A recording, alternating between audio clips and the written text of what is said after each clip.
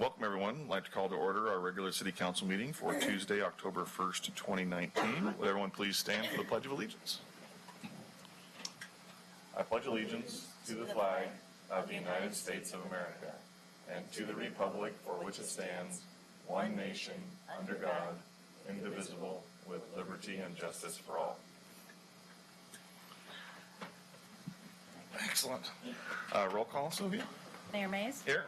Council President Rosner. Here. Councilor Browse. Here. Councilor Young. Here. Councilor Garland. Here. Councilor Griffin. Here. Councilor Scott. Here. Thank you. Thanks, Sylvia. We have 6 items on the consent agenda, approving... Approve the agenda first? We need to approve. Oh, I apologize. Thank you, Councilor Young. Motion to approve the agenda. I make a motion to approve the agenda. Second. All in favor of approving the agenda, say aye. Aye. Opposed? Great. Thank you, Council. A consent agenda, 6 items. Approval of September 3rd, 2019 City Council meeting minutes. Approval of September 17, 2019 City Council meeting minutes. And we have an error on that one that Sylvia asked me to highlight. So the amended minutes would correct the record on page 2 from Exhibit D to Exhibit C. And at the end, record note, see materials and information provided to council via email, Exhibits F, G, and H. Those would be the amended minutes for September 17th. Resolution 2019-072, appointing Brian Fairbanks to the Sherwood Budget Committee. Resolution 2019-073, appointing Lana Painter to the Sherwood Budget Committee. Resolution 2019-074, amending the city's fiscal year 2019-20 fee schedule. Resolution 2019-075, authorizing a full faith and credit borrowing and related matters. Josh, saying the amended minutes for the 17th enough, or do I need to do something on the consent agenda for these corrections?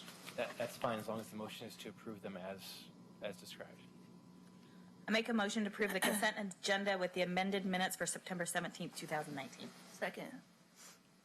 Discussion? All in favor of approving the consent agenda as amended, say aye. Aye. Opposed?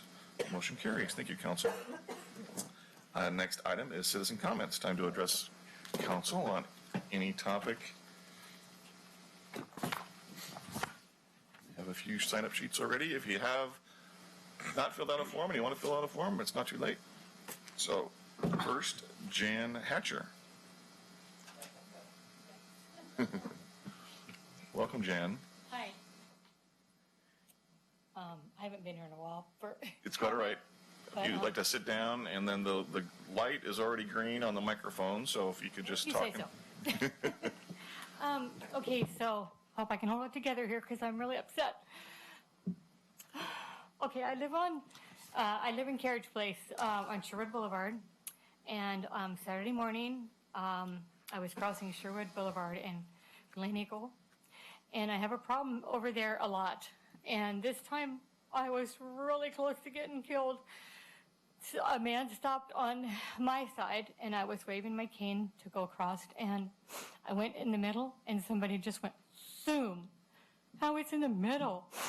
And people were yelling and saying, certain words, and, he wouldn't stop or anything, and I yelled, and I said, would you please get his license number? I would if I could, and anyway, I got across, and I just had this terrible meltdown. It's like, I have been here 5 years, and I have been trying to fight to get something there. I know 3 blind people who were, one that was killed this year, and 2 who had guide dogs who will never use their dogs again. And I don't know why our society waits till somebody is killed before something is done. But there's a sign there, but I want a flashing light or camera or something before. I don't want to die. I'm not ready to. It's really scary for me. I know you guys don't understand it, but if you would just go out with me and see what goes on out there, it's not safe. We have 2 55 and older apartments. We've got a senior center, we've got an assisted living, and we have 2 schools. It's someday, one of these days, I hope it's not me, but one of these days somebody's going to get killed. I've had people even come up to me and say they have problems, so, it's not just me, but I just needed to say something. Well, Jan, thank you for coming here and telling us this story, because this is not what we want to hear, but it's I don't important. know what to do. I don't know what more to do. I need somebody that's going to help me and that's going to listen, and I don't know, we got to find some kind of money or something to make the streets safer. And I think to a person on council, we agree with you. Thank you. And it has been a topic for this council for the past year. It is something we're working on, and you bringing this to our attention adds to that discussion and the list of things that we need to look at. If I can help, improving. Call me. You've got my number. Absolutely. I would be glad to go out with anybody and show them that, there's other streets too, but I go out every day, and I shouldn't have to be afraid to leave my home. Right. I shouldn't have to be stuck in my home, a prisoner in my home, because I like to go, and I like to do things. And, I just have this fear. Saturday, I just cried all day long. I was just like, this can't be happening. It's just, I know they see me. I mean, what is the problem? Right. Anyway, Absolutely. sorry. No, it's quite all right. It's one of my really hot buttons. It's just, It would. You're very. Thank you, Jan. Thank you. Thanks, Jen. Shad Johnson. Welcome, Shad. How are you guys this evening? Very good. How are you? That's louder than I thought. I just came to bring some attention about the new skate park. I'm not a resident in the city, but I do feel like I'm an older BMXer that has lived in the state of Oregon for my whole life, and I look at the whole state as like a community, I think that's something most Oregonians can get behind. But you guys recently opened the skate park over at the YMCA, and bikes weren't allowed. And almost all the cities in Oregon, bikes are allowed in the skate park. I just kind of came to see why and what we can do to, get bikes in. I mean, my friend Bruce grew up in Tigard. I know it's community way, and it's not. You guys are worried about your community, but he ended up going on to win the X Games and stuff. I'm just saying, there's kids in this community that and I've seen it lots of times, that are going to want to use the skate park to ride bikes in. Bikes have ridden in skate parks since the mid '70s. It's not strange. The same people that are going to be using this park use Newburgh and Tigard. Everybody gets along for the most part. There's always a bad apple somewhere, but for the most part, everybody gets along and uses the parks fine. And I just came down to see why and talk to you guys about it. Well, it's not a two-way communication kind of thing, but Yeah. I will share that with the Parks Board, city staff, the YMCA, Yeah. They adopted the rules for the park as it was envisioned. Yeah. And absolutely BMX bikes were excluded from being permitted. Yes. After it was opened, the topic did come up again to the Parks Board, and the Parks Board at this point isn't interested in modifying the rules. Okay. And we're taking that advice and following that as well. Can I ask? In the future, it could change. Well, what was the reasoning for there to be no bikes? I mean, it's really upsetting when there is something that's built in the community, and you're somebody that's passionate about something, and you're not allowed to use it. I mean, there's the few parks that don't allow bikes in the States. I grew up in Prineville, Oregon. We've had a park that was built the same time as yours. It was actually an update. Me and my friends got a park there in 1989. The city finally updated and expanded it. It was built the same time as yours with the same company whose all their warranty info covers bikes, skateboards, and scooters, but yours isn't allowing bikes. And then you have, a town over in Redmond. I have a friend who's grown up there. He's a sponsored professional BMX rider. He goes there. Somebody will call the police. He'll have his bike taken. He gets trespassing things. And I just feel like that's something that doesn't need to be going on in a community when somebody's just trying to go out and be healthy and enjoy themselves. Yeah. No, I'm just wondering. I have no idea, to be honest. No. That it was designed before I was in office. Yeah. And I mean, I haven't had that conversation personally with the park. So the best direction. Yes, sir. That I would recommend folks that are advocating for this would be to go to a Parks Board meeting, Okay, and ask them. okay. Because if you can't convince them, it'll be difficult probably to convince us, because Yes, we like sir. to. No, and I totally understand that. I just know this is kind of the first step, and, you know, And the positive is everything I hear, the skate park is being used a lot, which is great. Yeah. Which that was the intent. So I mean, is it possible in the future the rules could change? Certainly. In one direction or another, absolutely. But right now, the direction that I've heard from the Parks Board and from the City Council is to keep it the way it is for now. yeah, I just like, it's always just odd when, almost everybody allows it, and, there's just, when you're a BMXer and somebody looks at you and goes, yeah, you can't do that. You've done it all over the world, you've done it all over the state, and for some reason, you can't come and share this with us, and it's strange. I appreciate that. Okay, Wally, so we need to get a hold of the Parks. It's Monday at 7 in this room. Okay. Next Monday? Yep. Thank you, sir, I appreciate it. You're very welcome. Dean Dickinson?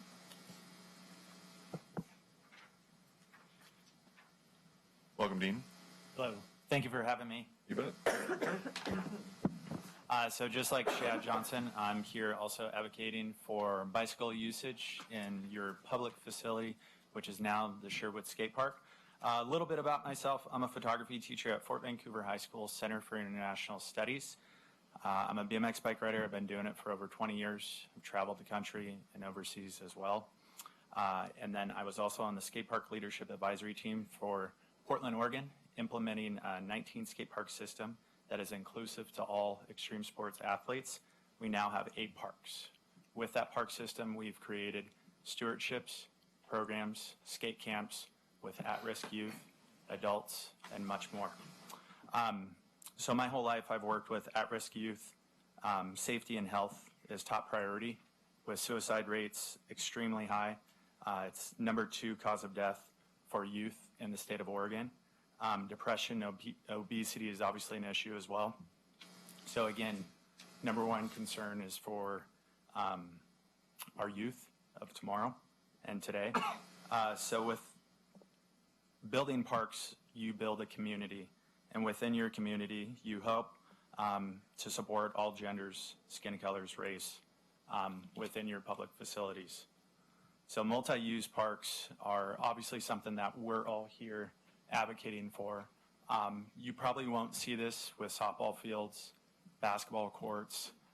This is a grassroots effort, and we care deeply and passionately about this. Allowing bikes will only provide opportunities for the city that will create revenue for your city.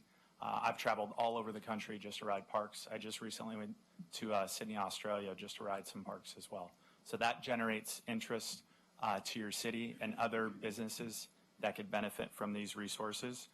Programming opportunities, events, family fun, spending time with your families within your communities. And big picture, like Chad mentioned before, X Games gold medalist, Bruce Chrisman, grew up right down the road in Tigard, Oregon, and you guys already have a world-class facility. You had some of the best builders in the entire world, and with 2020 Olympics right around the corner, you guys have a world-class to train these athletes and also create an inclusive space. So again, we're here to advocate for a public multi-use park, which we have all been a part of. I've advocated for parks all over the country, and I'm interested in building a relationship with you guys and the Parks Board as well. So anything we can do to support your guys' mission, we're here to help you, but then we also want to focus on our mission as well. Great. Thank you very much. Alan Parker? Welcome, Alan. Thank you for your time. Kind of like what Shad and Dean said, I'm a BMXer. I work in Washington County. I was really excited to see that Sherwood was getting a park, and I, like everybody else, was disappointed to learn that you're excluding bikes. So I just wanted to come and advocate for hopefully getting bikes allowed at your cool new park here in the future. Great. Awesome. Thanks, Ellen. Tope Sananya? How's it going? Good. Welcome. I am also a BMXer. I didn't expect that so many of us would be here. But now that we're here, I do feel like pretty empowered to see all my people who, I mean, mostly friends, but then new friends I met here. And so just a couple things that go through my mind is all the connections I'll be missing, right? Because I won't be able to meet new people in your city. I've never even really visited your city. I'm from Portland, grew up there, and BMX fundamentally changed my life, changed the trajectory. Whenever I face a challenge, I think of BMX. I went to college, graduated, I'm looking at going to law school. So I'll be soon, and I'm actually studying the LSAT right now. And I'm telling you, without BMX, without extreme sports, they changed the name now, of course. It's not so extreme. We know that BMXers and skaters don't get hurt as much as NFL players and a lot of other sports. So just again, a word to your city, and also on the revenue stream as well, and people coming through. I was really saddened and at home on that Saturday that your park opened. I did feel excluded, and I grew up riding Burnside Skatepark, which in their rules is no bikes. So we got up at 5 in the morning, and we went there, and we cleaned the whole skate park. And certain skaters were like, like those guys are awesome. And we would leave when all of them got there, right? But they would have a great skate park to ride the rest of the day. And so slowly we've been, able to get our morning sessions to be a little bit longer and longer. But the fact that we can't wake up late and ride our bikes, has physically made me more, I would probably be a lot healthier of a person, honestly, if I had more access to skate parks. And slowly we've gotten access. Like Newburgh, we didn't have access for, I think, 15 years. And there was actually a guy with a gun there that, so whenever you have a law that's stated on a sign, I think people take it into their own hands sometimes too, and it can become a volatile situation. I've had people, like skaters, threaten me with their skateboards at Burnside. I was like 14 years old, and big guys, read the sign, get out of here. And so, that's another reason why I didn't come here. I don't, some people do still ride skate parks, even if the signs are such. But then you have some sometimes you have emboldened police officers, which, I totally respect. They're trying to hold down the law. But when you have a law like that, it's going to create some tension. And I think there will be some people who cross the line and who, still go and ride. And so you might have some of that conflict going on.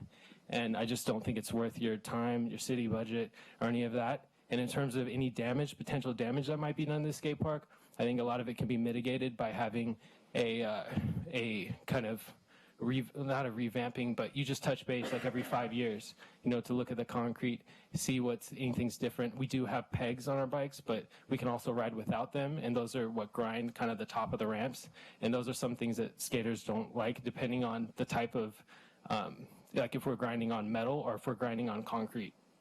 So we can get into those specifics as well, but yeah, I just know a lot more people would come and visit your city. I know I would be here a lot more. A lot of people from Portland, and in the 2008 Park Master Plan of Portland, it was noted that there were somewhere around 20,000, like 12,000 skaters, and about like 2,500 bike BMXers, and so we have a lot of numbers, and it's going to continue to grow. BMX is in the X Games for the first time this year in all of history. So, in the Olympics, sorry. And so, what are we telling our kids as well, and what kind of opportunities are we giving them? So, thank you. You bet.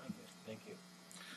And I reshuffled these just so that everybody, we kind of got 2 topics, or 3 topics in here. So the last person that's signed up so far for skate park, Shawn Red? Welcome, Shawn. Appreciate y'all for sitting down with us and hearing all this. I'm not originally from here. I moved to Portland, I'd say about 4 years ago. I come originally from Houston, Texas. I owned my own bike park, indoor bike park there, 10,000 square feet. I had it for a number of years, and basically, ultimately, what closed it down was the public parks opening up. It became more of a mainstream thing to have public parks. And see, Houston, kind of in the same boat y'all are at right now. They built a skate park, a big concrete skate park, and they excluded the bikes. That took away a portion of my business because I did have skateboarders come in to my park, and that hurt me being a small business owner. And basically, I'd worked with the city over and over, and then a few years back, they built the largest skate park in North America. And we try to work with them, all that, and ultimately, we kind of got the runaround. I had to form an organization. This is the actual book that I had put together from years ago. And try to basically disbelieve, like, go through all the scenarios, like damage to concrete, all that stuff. I basically shot holes in all of it. You know, I showed them everything top to bottom, why, you know, bikes should be allowed. And ultimately, they were just like, no, we're just not going to change that. And so then we protested the park opening, and they finally were there like, look, okay, we'll build you a bike park. And we're like, great. And we, you know, worked with them on it. Ultimately, that bike park ended up being a $20 million bike park. And, you know, that's a huge, huge budget. And my biggest problem with it, you know, I went down there for the grand opening, awesome bike park, everything. But whenever we're going through the design with them, you know, they're like, what do you want? And we're like, that park across the street that y'all built, the North America's largest, we basically want that. And they're just dumbfounded. And, yeah, I mean, we spent, it's probably 7 years to get that bike park built.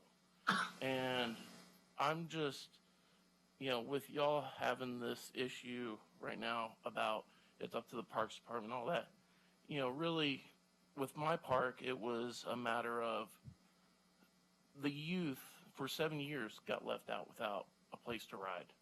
And y'all right now have a park that, you know, BMX can ride. And ultimately, the youth will be left out of that park. And if, say, you know, a kid comes, tries to ride it, because that's the only thing in the town to ride right now, and he gets a criminal case, you know, that's, you know, it could go spiral down from there. So, you know, it's easy to just say, okay, bikes are allowed, versus go through all the hoops and hollers, and, you know, in the end, you know, because people are going to try to ride it, you know, it's like that with every park, and the cops are going to get called, and it's just going to be a drain on resources. And it's been proven that bikes can be with skateboards, you know, and that's basically it, you know. And if y'all have any questions beyond that, let me know. Awesome. Thanks, Shawn. Say something on skateboards real quick. I mean, on the park. Sure. Are we done with the skate park? That's the last skate park person. So thank you all for coming, but I just wanted to, I don't know if you know the history of how we got our skate park. So like about 12 years ago, we had the youth in our community gathering signatures, and Renee would know more about this because she was part of that, but they took petitions, they had pledge drives to help raise money for it, and then I think we applied for the state grant at that time, we didn't get it, so it was put on the back burner, and then it kind of got, you know. And then we eventually got the state grant this time around. So it was, you know, it was skateboarders in our town wanting this skate park. So I think that's what we envisioned when we opened it was you know, skateboarders using it. And I don't know if anybody's gone and visited it yet, but it is packed right now. Yeah, wait, I don't want to can't have a conversation. Sorry. So it's packed with skateboarders and scooters, and I think going to the parks board will probably be good because, you know, over time that'll probably dissipate a little bit, and the excitement's so that I don't even honestly know where bikes would fit right now. But I just want to give you a little history of how it got started by the skateboarders in our town. I haven't heard from actually any BMXers in our town yet.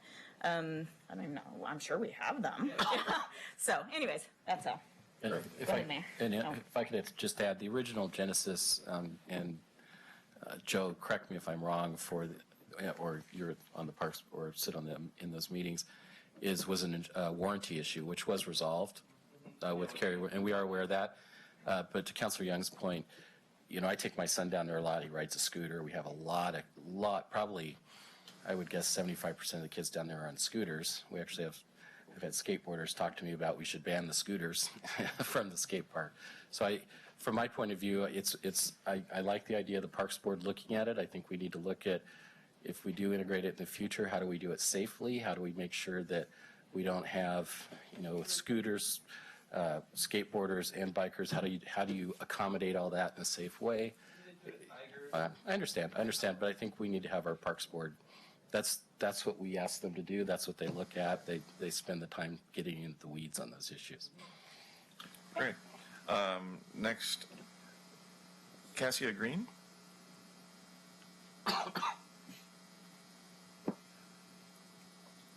Welcome, Cassia. Am I pronouncing that right?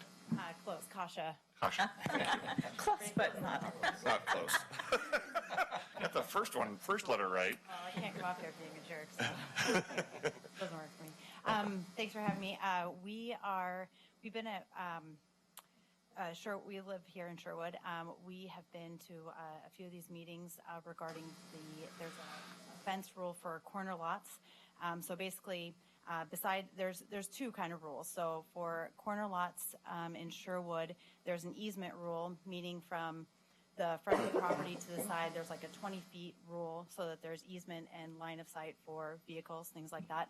There's another rule, which is kind of very, it's not seen around in a lot of other cities around here, but there's a rule that any house built after 2011 has to have a fence 8 feet from the corner.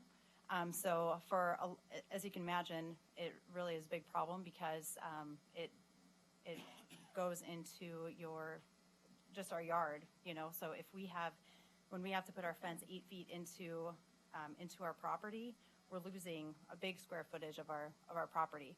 So there's been kind of some issues back and forth about it, and we have kind of a predicament because we also live, unfortunately, in an HOA where we have changed our fence so that it's clear vision. It's like an aluminum fence, so you can see through it. So now we are okay with the city, but now our HOA is telling us we have 60 days to take our fence down because they don't like it. So we have to put our 6-foot fence back up, and it's a big bummer for us because we lose over half of our yard because we have to go 8 feet into our yard. So we're just trying to advocate for us, people with corner lots. If it's a big safety issue, we've talked about it. If it's a big safety issue, we don't understand why homes built after 2011 only have to follow it, because there's over 30 properties, which is a very, very large percentage of the corner lots in the city, because this only applies to corner lots that have fences all the way to the side or don't follow this rule at all. And so they won't have to change, but for everybody else, it's a huge detriment because our property line, we can't use, that's all unusable space for us. It's just going to be on the city side. So we're just here trying to advocate for us corner lot people built after 2011. We're just trying to get our yard space back, and just asking that we follow that easement rule, obviously, because we already do. We're in compliance with that. However, we're just asking that we don't have to follow this 8-foot or even 5-foot, which they might change to, rule, because that's just a huge, we pay so much for this property and it's all unusable. And, a lot of these new homes that are built after 2011, we have tiny yards. We've got 4 kids and a dog, and we're basically giving up half of our yard for nothing, basically. It's going to be unusable space. We live, behind us is Mandel's property. We have a school in front of us. Nobody even walks on that side of the street. It's totally unused. So we're just asking that it be taken a look at. So I know the Planning Commission spent a lot of time on this, and I think they're still working on this. I can probably, or Julia. Yeah, they, and I think this might be part of why this is coming up this evening. The Planning Commission has been working on the fence code. We are going to actually be sending out notice tomorrow, I believe, on the proposed code changes that the Planning Commission has been working on. And then there would be a public hearing with the Planning Commission, and then ultimately a public hearing with the council, so people still can certainly advocate for changes. I will just correct that it's not applicable to homes built after 2011. It's essentially fences built after 2011. That's when the code changed. So anybody that builds a fence should build it in compliance with the current code in effect at the time. And so just to clarify that it's not, we're not picking on houses. We're picking on The average fence lasts 20 years, and you have to replace the fence. And so if a fence that was built in 2000 needs to be replaced, they have to adhere to the new code, is what I... Eventually, one all other- corner lots will be adhering to the new code. But that whole thing is under review. So I think you've been involved a little bit by some of your comments, but the place to start is with the Planning Commission until they're done with it, and then they advance it up here, and then we hear. Because I don't know the weeds beyond what you've said, and I just continue to advocate for what you're trying to, the outcome that you'd like with the Planning Commission, and see what they do. But corner lots are absolutely problematic. Yes, I know. I wish I knew that. And I wish I knew what an HOA was before we moved. Yes, because it does not matter, as you probably have learned, that we will have, the city has a certain, has a development code, and then an HOA can go beyond that. And the city does not overrule a more restrictive HOA, so. One other quick clarification: the code allows fence all the way to the sidewalk if it's 42 inches or less. Yes, unfortunately, our HOA doesn't allow that. We've been fighting with them for over a year to try to keep our fence because it's in compliance now, but they won't. They're just, they don't understand. I wish he can come to this meeting because he tells me that there's nothing wrong with putting a fence to the end of the line, and anyway. So it's. I feel for you. But thank you for coming today. Thank you. Bet. Carissa Conrath? Welcome, Carissa.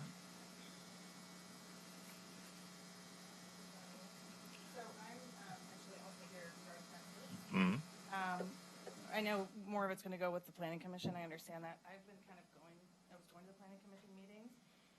And the last meeting that I was at where they said what they were going to propose was to grandfather in current fences, because I do understand it's the fences put in after 2011, but I'm not sure how you can really figure out when a fence went in, if a house. So that's tricky in itself. But the last meeting I was at, it's my understanding, and I confirmed this over the phone with Erica, but then now she's saying that that's not what was said just yesterday, that the understanding at that meeting, which was in that room, was current fences would be grandfathered in because it's somewhat asinine to ask people to change fences when the code can. I have like all these examples. I won't go over it now.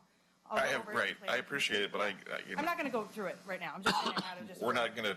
Yeah, right. I get it. I totally get it. I'm not going to go through it. I just had it for me for reviewing. And I'll bring it to the Planning Commission meetings for sure. But the issue is, and I just hope this goes into your brains when it does come to you, is that there was contradictions between the website and between the code, and then between what happened in that room. People were grandfathered in, but then Erica said, no, they're not going to be grandfathered. You still have to change your fence. I'm like, that doesn't make any sense because that's not what was said. So the issue is, yes, we're in a unique situation on a curve.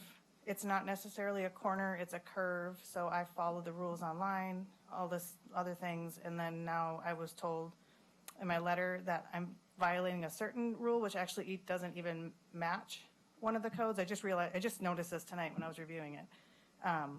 So the violation I was given doesn't even match what the code says. So that was another concern I'm having. So I'm just very concerned that the Planning Commission meetings they're not really going forward. There was going to be a mailing list set up. There's going to be a mailing list set up for updates. There was going to be a web page set up for updates for the public because there's so many people. I have a list myself of over 30 that violate, that are relatively new homes in addition to where they live in their HOA, that violate city in addition to the HOA. Those are brand new homes. So it's not very well organized, and I'm concerned that public wasn't really being updated when it was stated they were going to be updated and kept updated with the mailing list and webpage. I was keeping an eye on it and it wasn't. When I left that meeting, I thought it was over, that the code was going to be written, brought to you guys would discuss it, and then that would be it. So there's work sessions and general conversation is one thing, which is the impression that I get is what's happening at the Planning Commission. But then they have to go through the true public hearing notice portion, and then it gets repeated at City Council. Okay. So How do they notify? So it sounds like you were in a work session in there. Yes. With no decisions to be made in there. Right. So then that's why they come to the public hearing after that. Yeah, I was just really surprised that it had been a while since I had been in there, and I just happened to call to get an update because I need to give it to my HOA, and I was told something different than what was going on. I'm thinking, well, I thought it was over, and there's nothing set up for the public to know what's been going on. And I've been looking at the agendas, and the meetings have been repeatedly canceled, so I wasn't going to them. So it's just all frustrating because it's such an expensive thing, and if it was just given a permit from the beginning, this could have been avoided for so many people, but we don't need permits. But it's like a dichotomous key of terror, trying to figure out where you live and what it looks like. If it's a corner, it's not a corner. So anyway, I'm just putting this in your minds that I have a list of over 30, not that I'm going to give it to you, but over 30 houses that violate, that it's be unfortunate for them to have to pay to fix when they're completely oblivious to what's going on. Yeah. So I appreciate you that's coming it. today. All right, thank you. Jared Green.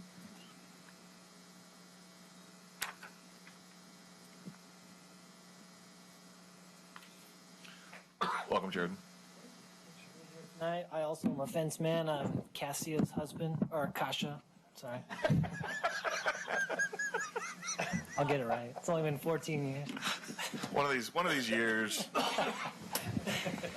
No, I appreciate you coming. That's good to know about the 42-inch rule. I think we'll try and push for that for HOA. That really has been pretty much a nightmare. Just because I'm kind of hurt a little bit, kind of disheartened that it seems like people are more interested in being, like, having this look of like a great neighborhood, identical, but not like being good neighbors. We've just been harassed like constantly. It's crazy, some people out there. I just don't get it. But I mean, we like that corner lot. We're right across the street from Edie Ridge, Laurel Ridge. So we just want to be able to like view, this beautiful neighborhood we're in. And like she said, we got 4 kids and a dog, and that would essentially cut off about 500 square feet of our property that they use for essentially nothing. That, like she said, it backs up to Mandel. So as you're going down Copper Terrace, then there's that street that is between the school and us. And there's this little strip of sidewalk that runs the length of our property, and then there's just a giant barricade of dead ends. So we've literally never seen anyone walk on that sidewalk ever. It's never happened, just because it doesn't go anywhere. It just goes into these blackberry bushes and a barricade. So without knowing exactly where that is and seeing it as you described it, that means the road will continue at some later date if there's a barricade and a sidewalk just ends. Yeah. So, yeah. If old man Mandel ever sells it, which he's sworn in a blood wrath that he never will. So I don't know. Never's but if a long he did, time, then we'd be and perfectly people don't willing live to change. forever, and families have different opinions, and all sorts of things could happen. Totally agree. No, that's true. But as for now, never walked on, and if we had to change it then, I'd be open to it. But still, I just, we would use it a lot more than anyone else would. I don't know if it was for horses, the 8-foot rule, or just so people can have room to swing their arms on the sidewalk if they need to. I don't know what it is, but. In a community, there's all sorts of hot buttons. Yeah.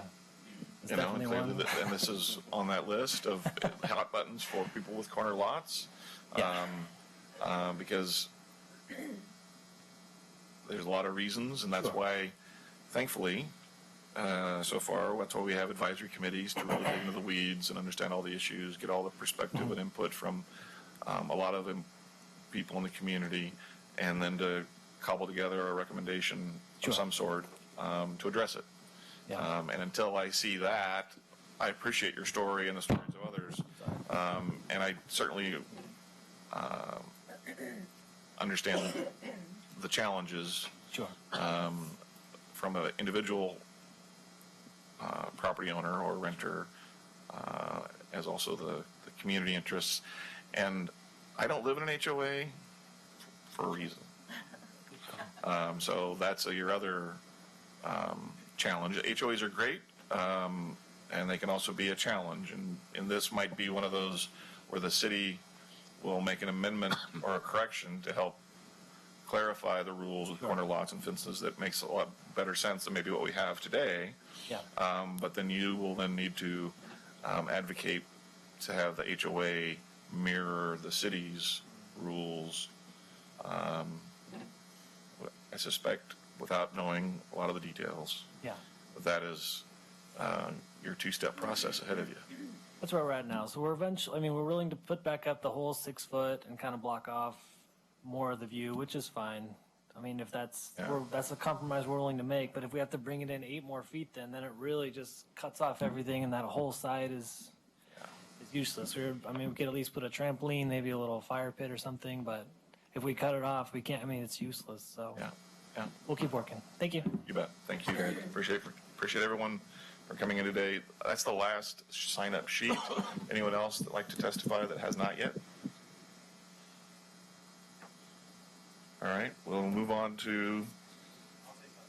Okay, great. You just fill out a form when you're done.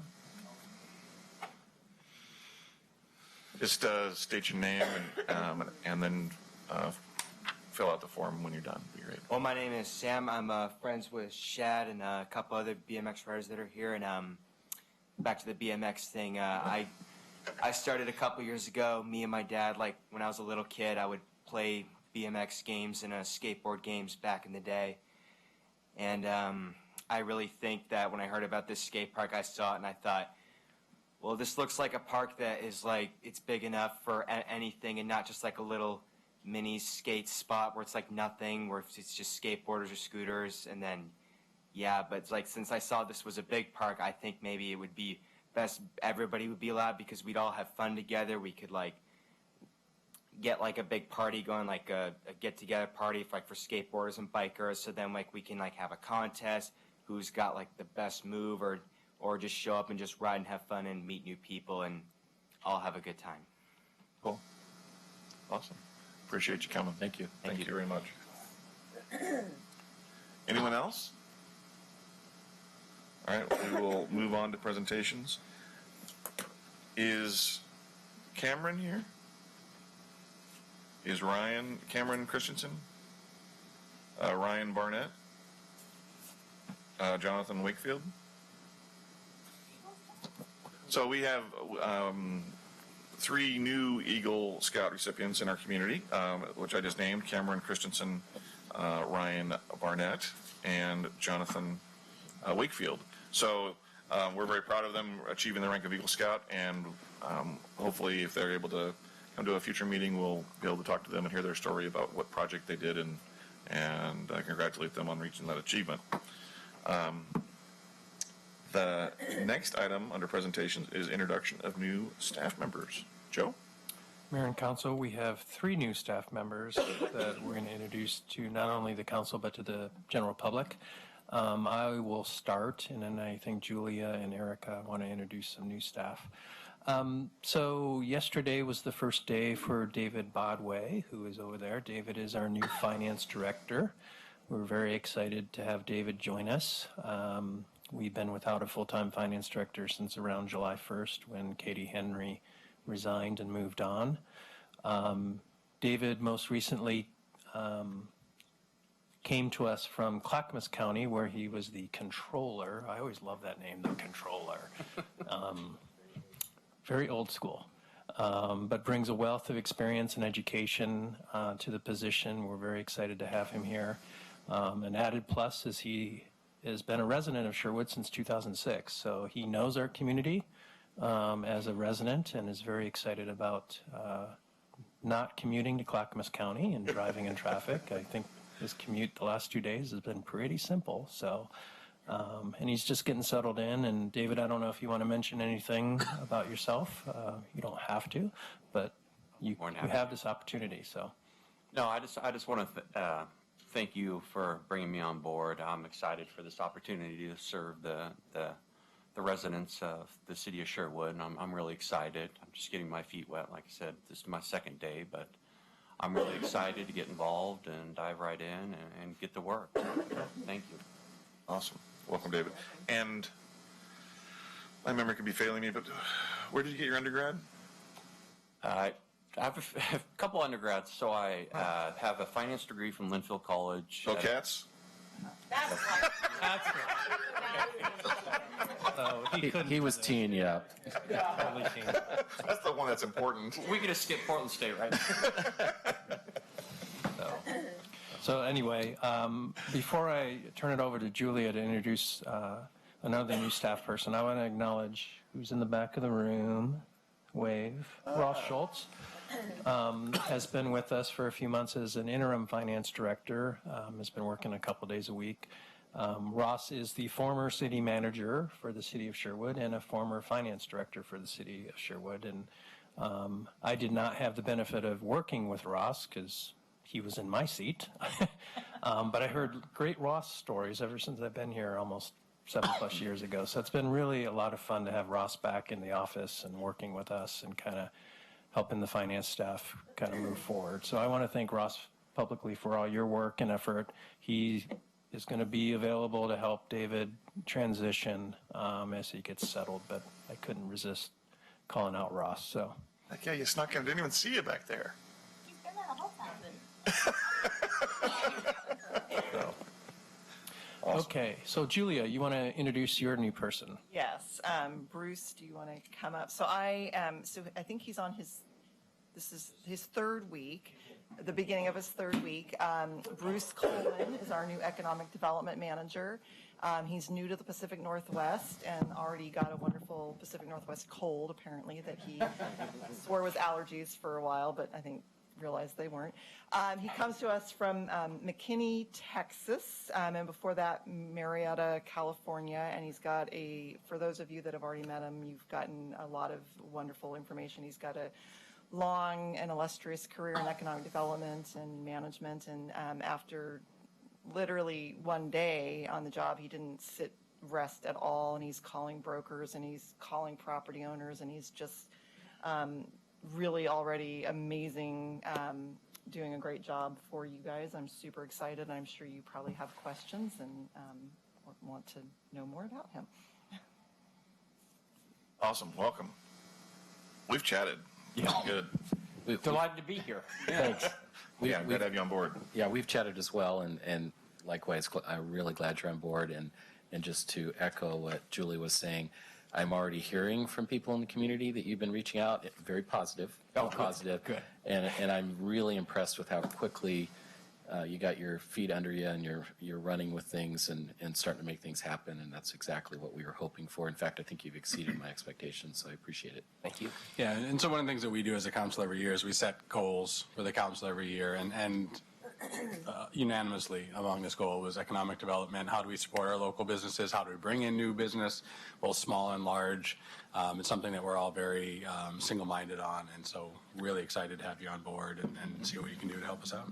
Thank you. I think within that goal, one of our specifics was we wanted to hire somebody who was already trained. Oh, yeah. Not somebody from ground up that, need to get their feet wet. So I was very impressed. Met him his third day here. He had to already buy a raincoat, he told us.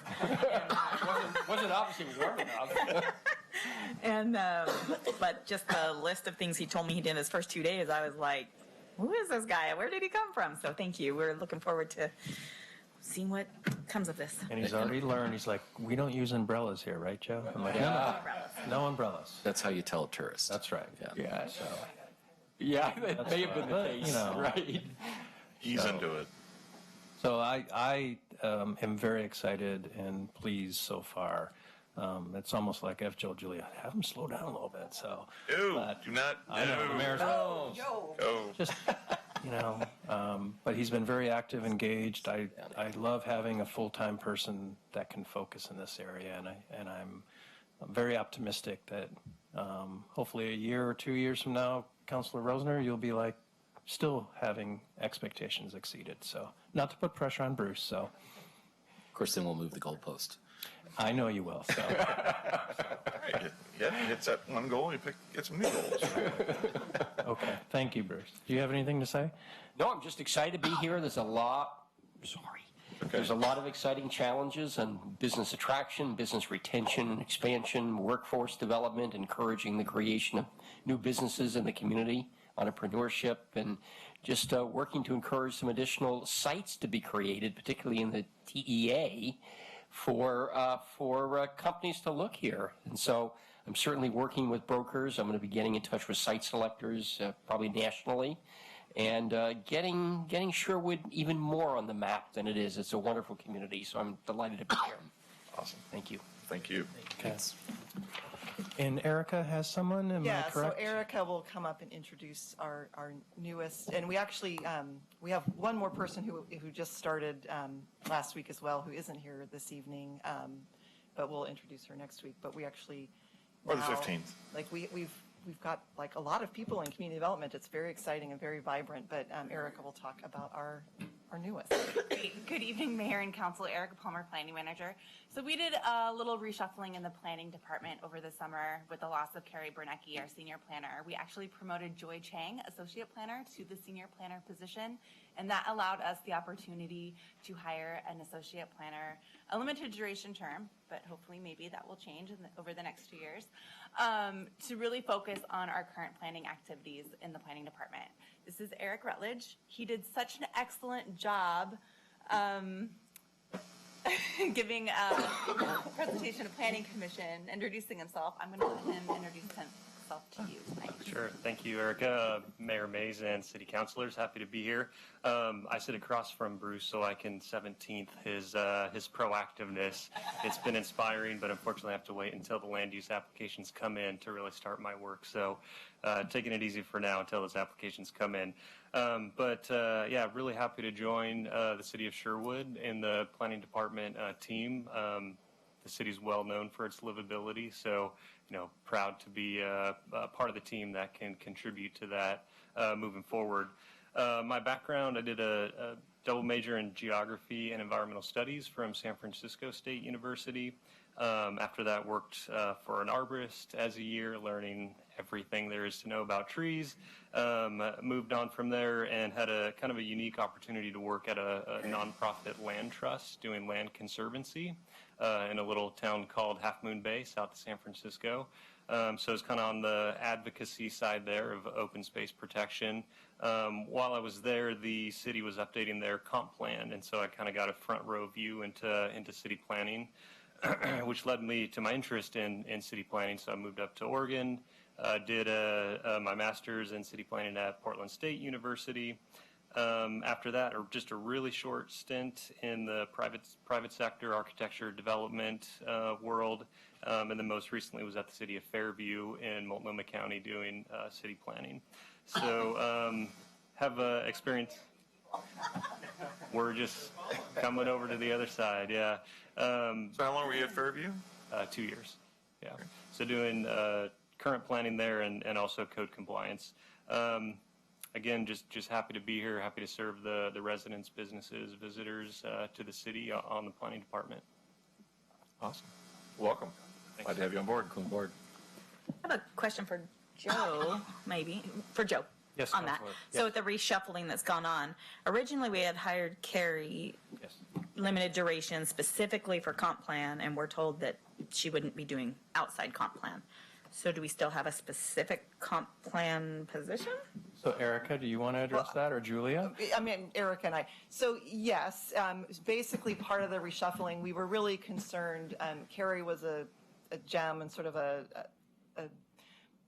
she was great, and we just didn't know that we were going to get another Carrie to focus solely on the comp plan. And also during that time, Erica had been working on it, and Joy had been touching a little bit. So the reshuffling has Erica really leading the comprehensive plan effort, with Joy providing a lot of support there, and finding somebody who can do the current planning aspect. Joy is doing some of the current planning as well. Erica a tad, but much less than she had prior to the reshuffling. So we still have somebody heavily concentrated on comp plan? Yes. Okay. Yes. It's primarily Erica. Thank you. Awesome. Great. Anything Any more? All right. Perfect. Thanks, Joe. Next item on our agenda is public hearings. Sylvia? The Sherwood City Council will hold a public hearing this evening to hear testimony on Ordinance 2019-011, amending Chapter 9.56 of the Sherwood Municipal Code regarding smoking and related activities on city property. The public hearing this evening will be conducted as follows. Staff will present a staff report. Questions, if any, by the council for staff. We will then receive any written testimony. We will then open the public hearing for testimony, and the time will be limited to 4 minutes per person. Any interested person may present testimony. We will then close the public hearing. Other comments will be heard from the public. Final comments by staff, questions of staff by the council, followed by discussion by the council. This is the first hearing before the council on this ordinance. Generally, the council will hold 2 hearings prior to making a decision. A second hearing on this item, if the council so chooses to move it forward, is scheduled for October the 15th. However, in accordance with the Sherwood City Charter, council reserves the right to make a decision at the close of this hearing by a unanimous vote of all sitting council members. If you wish to speak, please fill out the testimony form and submit it to the city recorder. The mayor will recognize people who wish to speak, and any questions should be addressed through the mayor. When you come forward, please state your name and address for the record, as this hearing will be recorded. Thank you. Joe? Mayor and Council, I will give a very brief background about this proposed ordinance. If you have specific questions about the language, the proposed language, Josh Soper, our city attorney, drafted the ordinance, and he may be a better person to address specifics about the language that we are proposing. But in a nutshell, as the staff report says, we've had a prohibition of various tobacco use in our city parks and on city property since 2011. That's very common in Oregon, especially in the Portland metro area. It's longer than that. It's more like 2000. Maybe it got updated, but it dates back Maybe to it was updated in 2001 or 2011. 2001? 2001. Yeah. Oh, I said 2011. It is 2001. Yes. Sorry. 20 years. Yeah. Almost 20 years. So, and the genesis to consider adding vaping to this is really out of conversations that I had with the mayor about what about vaping? That's a form of tobacco use, and what do other cities do about vaping? And we did some research, and most cities, lo and behold, have added vaping to their list of prohibited activities related to tobacco use. So we felt it was a chance to update our code. This is not a reaction or direct reaction to what we're reading about in Oregon and around the country in terms of deaths from vaping and things like that. This was essentially just an update to our tobacco use ordinance and whether we should regulate vaping and add that to the list. That's where this came from. So didn't feel it was important necessarily to have a work session on this because we've already kind of made 20 years of not allowing tobacco use on city property and felt that this was, we could work through those tonight. That's why it's here tonight rather than through a work session. So. Okay, it is a public hearing. Anyone in the audience like to testify in support or opposition to the proposed ordinance?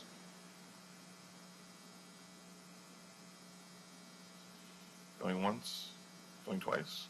We'll close the public hearing on this proposed ordinance. Questions of Joe or Josh, council?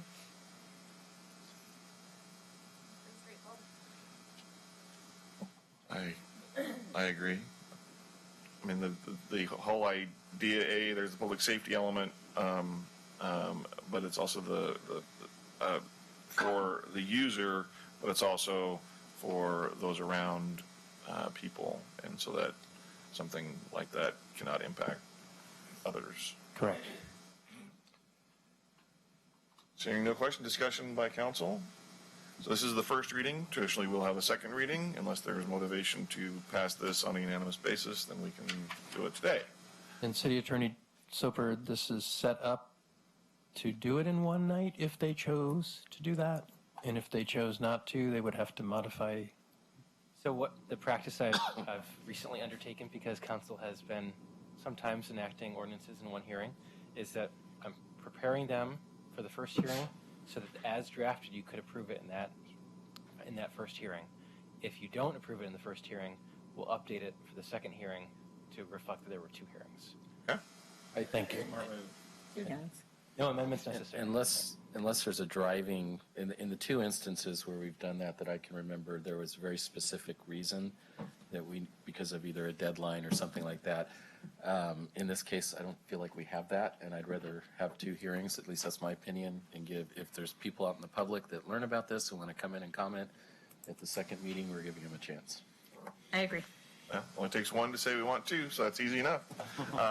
So we will have this at the October 15th meeting for a second reading, and Josh will amend the language accordingly before that. Any other comments or discussion by council? Yeah, being that we're in the middle, it's starting to fall, I think the point is well taken all the way around. So, great.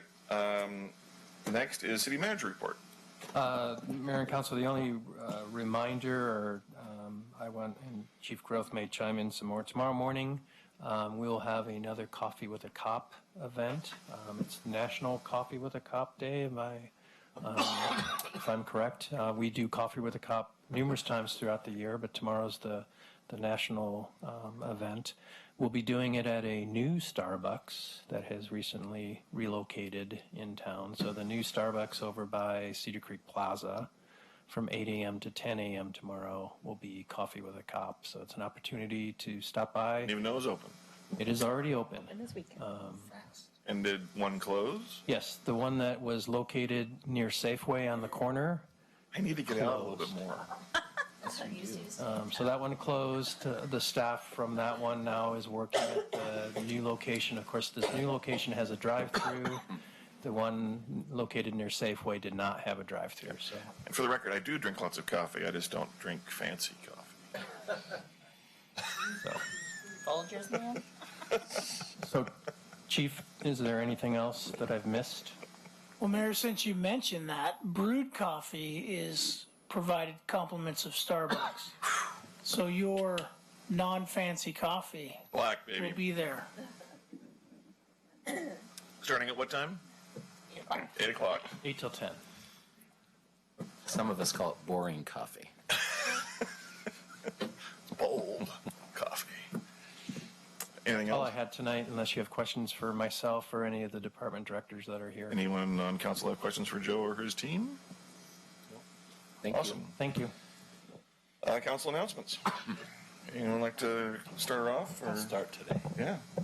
A couple of quick things. I had the pleasure a week and a half or so ago of subbing for Kim at the Police Advisory Board, which was great. I met some great people on the board. I was really impressed by their kind of work ethic and diligence, and the chief and his staff did a great job running the meeting. The primary topic of conversation there was really reviewing a recommendation they're going to make to us, I think, at a joint work session here in a couple, maybe is it the next one or the 29th? 15th, around how they want to handle the traffic calming program that we kind of tasked them with looking into several months ago. So looking forward to, I won't spoil the surprise, so we'll look forward to having that at our next meeting, joint session with them. Planning Commission, we had a public hearing last week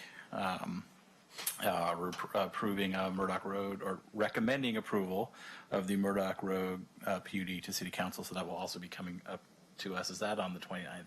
Maybe in November? Erica is still here? Yeah, so in November we'll get that to us, but it's a 13 unit subdivision over off of Ironwood, connecting up the new Denali subdivision that's, I think, under construction with Ironwood and through to Murdoch Road. So that will come to our way for approval here, or hopefully approval, I guess, for them in November. They also have a Planning Commission work session this coming Tuesday, a week from today here, and the primary topic there is the comp plan update. So they're going to be working on, I pulled it up here, community culture, strong community culture and heritage theme area. So they've moved on to that. I think that's the third topic area now they're covering. So we'll have a work session going over that. And I'd also like to remind everyone, Sherwood2040.org is the comprehensive plan website. There's stuff constantly being posted there. There's often polls you can take to kind of give your input. So just encourage people to check in on that every week or 2 weeks or so, just to see what new has been posted there. That's all I have for today. Awesome. Shawn? Yeah, I attended the Cultural Arts Commission meeting the 16th, and they've got some work that they're doing on their arts master plan. So if anybody out there, I see a lot of stuff on social media every once in a while, people talking about they want murals or they want this, they want that. Cultural Arts Commission meets the third Monday of every month, and they would love some input from people. They're still kind of in some draft stages of that, but I know this town is built on arts, so get your ideas out to that committee. Last Friday, I volunteered at the Archer Glen Fun Run. As a track monitor, and I was the high five guy on the track, so my hand is finally recovered. The fourth graders and second graders can give some sweet high fives. And I know specifically Archer Glen did a great job raising a lot of money for schools, and I know the other elementary schools around the area also did really well. So thanks to everybody who donated. I know there were some kids that went out knocking on doors. It's kind of old school. Not a lot of kids do that anymore. Usually it's just us parents who just pitch in the money on it. But thanks for everybody who did volunteer and contribute. And then also on the Archer Glen thing, tomorrow morning, Archer Glen was chosen as the pilot school in Sherwood for the walk or bike to school, Safe Routes. Is it Safe Routes for Education, I think is the... Safe Routes to School, thank you. So I'll be volunteering on that tomorrow morning. It's real exciting. We're trying to get encourage kids to walk or bike to school and do it safely, get some good healthy habits in getting to schools. So if you've got any kids who attend Archer Glen, encourage them to walk tomorrow, bundle up. It's going to be a little chilly in the morning, but get them out walking to school. There's actually going to be some raffles. You can sign up. They're giving away some bike helmets, I believe, among other things. So tomorrow morning, if you're in the Archer Glen area, walk or bike to school. And that's all I've got. Awesome. Renee? I actually have lots to say, but I'm going to forego comments tonight. I hope you feel better. Russell? So coming up next Monday is the Parks Board to meet at 7 o'clock. The MIG, the consultant helping us with the Parks Board, with the Parks Master Plan for the City of Sherwood, will be there and going over the survey where they had quite a few responses and kind of digesting some of that information as it comes back to the Parks Board. We hope to see the BMXers at our meeting on Monday at 7 right here in this room. Yep. And then Jason will be here to give us our latest Cedar Creek Trail update. Anything else, Kristen? Is that it? All right. Let's see. Also on the 8th at 6:45 p.m. at the high school in the Media Center, the Sherwood School District is holding a relocation neighborhood meeting as they relocate the Sherwood District offices to Hopkins. So there is a flyer that went out to all the neighbors in the area with some ideas. This is new, a new road, a new fence, this tree's coming out, that lawn is going in, that kind of stuff. So that will be at the Media Center at the high school at 6:45 on the 8th. Let's see. Then also Metro. I get my mail. I want to tell you that. Metro on the 12th from 9 to 2, very popular event. Get in line, get there early is all I can say. 9 to 2 p.m. hazardous waste disposal party. You can get your coffee, sit in your truck, take out the paint. It's awesome. That's all I got. And the number one thing that they collect is paint. Is paint. I'm lining my stuff up right now. I have some. Yes. Thank you. But you guys guess paint is a hazardous waste. Kim? All right. Well, thank you, Doug, for attending Police Advisory. I was double booked that night with two of my assignments. One was CDBG, so I was there with Washington County. I attended also at 6:30 that same morning, I attended the YMCA Board of Managers meeting where they talked about the expansion process that we're going through, possible expansion process that we're going through, and then they talked about the skate park and some concerns that were going on there, and I think there's been a meeting since then to talk about that with staff and whatnot, so hopefully we'll get an update on that at some point. Some things going on at the YMCA this coming month for October. There's an AARP driver safety. They do so many excellent things for our seniors at RY. It's totally amazing. They have older adult Jeopardy. They're going to have a parents' night out on the 12th from 5 to 10. So you need a date night. Drop your kids off at the Y. Go have a date night. They have some lifeguard training coming up. And then they have their big Harvest Fest event on October 26th. So that's always a great day for kids. We attended, council and city staff all had a special preview of Langer's last Saturday, Langer's Fun Center. If you have not been there, it's pretty amazing. It's huge. Laser tag, ropes course, bowling, adult lounge up front for upstairs for adults only with their own bowling lanes downstairs. What am I missing? Arcade games. Laser tag. Say laser Yeah, tag. I said laser tag. Rock Anyways, wall. rock wall, huge Rope rock course. wall. I said the rope course. Okay. All right, and then 5 of us up here attended this past weekend our League of Oregon Cities Conference, which is always a great time to network with elected officials from around the states and go in some breakout sessions. And some that I attended were like on SDCs or tourism, and just a great time bonding with fellow counselors and other elected officials. So thank you, City, for allowing us to go to that, and that's it for me. Awesome. Tim? My turn. So I'll go from the boring stuff to the fun stuff. I'm going to start. Keith asked me to attend the T2020 committee meeting that Metro, for those of you not aware, Metro has put together a committee to explore a potential transportation bond for the November 2020 election to deal with transportation issues within the 3-county metro area. I was there as well as... Corey? I'm sorry?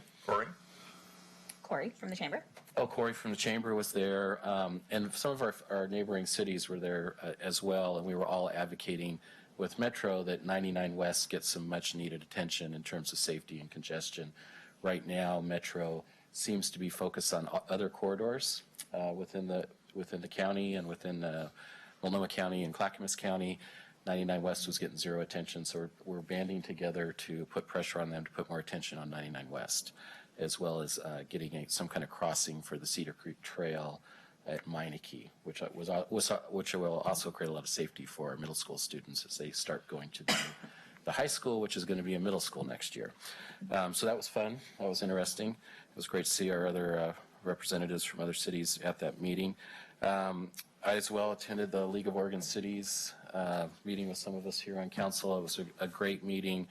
Kim's absolutely right. It's great to bond and get to know not just ourselves, but our elected officials, especially the cities around us. And that's really important because a lot of times we have to work together with other cities to bring the projects and the state dollars and the metro dollars to our region to get key projects completed. So building those relationships and knowing those folks and making sure we're working together is really important.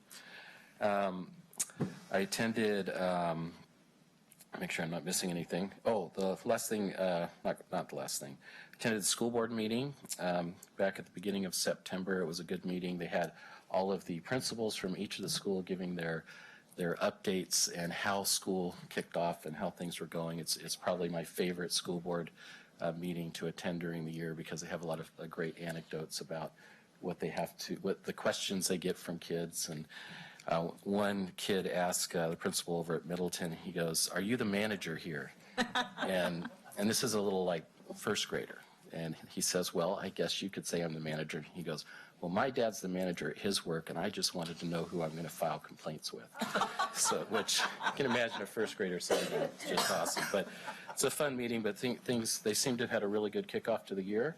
The new high school is on budget and on time at this point, which for a lot of projects like that is very unusual. So kudos to the school staff for that. On the fun side of things, we have the Ackerley. Their grand opening ceremony is this weekend. I'll be giving a little, I was asked to give a little speech at that, and welcome to our community. I can't be there, so I appreciate you covering. No problem. But that's a great new facility in Sherwood. When is that? Saturday. I believe it's at 11. I can send you the information. Yeah. But that's a great new facility for our community, especially for those that are aging in our community and need those types of services, and it'll be a great independent living center. In addition, we had I have several fellow Rotarians on the council here. We had our Peace Day and Peace Walk a couple weekends ago, which was a great event, and we dedicated a new peace pole in Sherwood, which was awesome. And I will just put a plug in, the VPA, Voices for the Performing Arts, the Lion King Jr. Shows start this weekend, and we'll be running 2 weekends. They had over 100 kids They have a massive amount of kids audition for that, and they actually made 2 casts. They have a New York cast and a London cast. So there's a lot of kids, so you can see 2 different versions of it if you would like. Proud dad, my daughter's in it, and she's having a great time. But I encourage all of you to get online with the VPA, get tickets, and come and see it. This community does an amazing job with the cultural arts. We have amazing talent in this community, and the shows are just great. So I encourage everyone to get out there and get a ticket. And I think I'm done.